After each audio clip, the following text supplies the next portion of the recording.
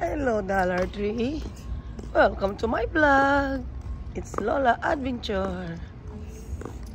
Let's go shopping. Hello, guys. Andito po ako sa Florida. Ayan po ang daughter ko. Dati ako nag-drive. Ngayon siya na nag-drive. Time flies so fast. May asawa na siya. Nag-iisang anak ko po. Andito ko ngayon. Sasama niya ako sa supermarket. Samahan niyo po kami. Ito guys. Nasa supermarket na kami. Yan. Maraming kakaibang masasarap na pagkain. Yan, made of apples. Kaso bawal na sa Lola ang sweets. Kaya tingin-tingin na lang.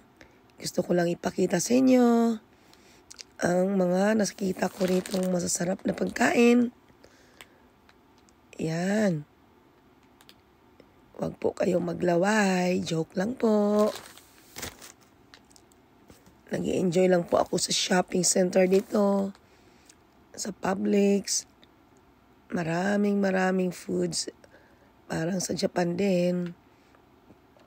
Kaso lang, malalaki po ang volumes dito. Hindi katulad sa Japan. Ayan. Maraming frozen food. Ayan. Mas marami po mabibili rito sa mga supermarket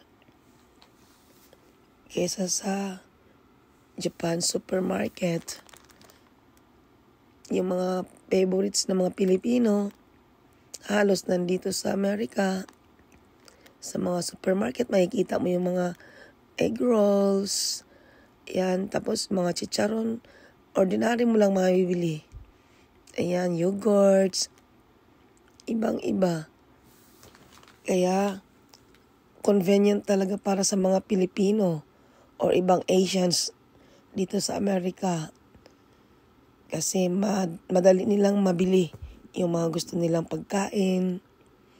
Yan, maraming breads. Enjoy lang po mga kababayan sa pagtingin ng aking vlog.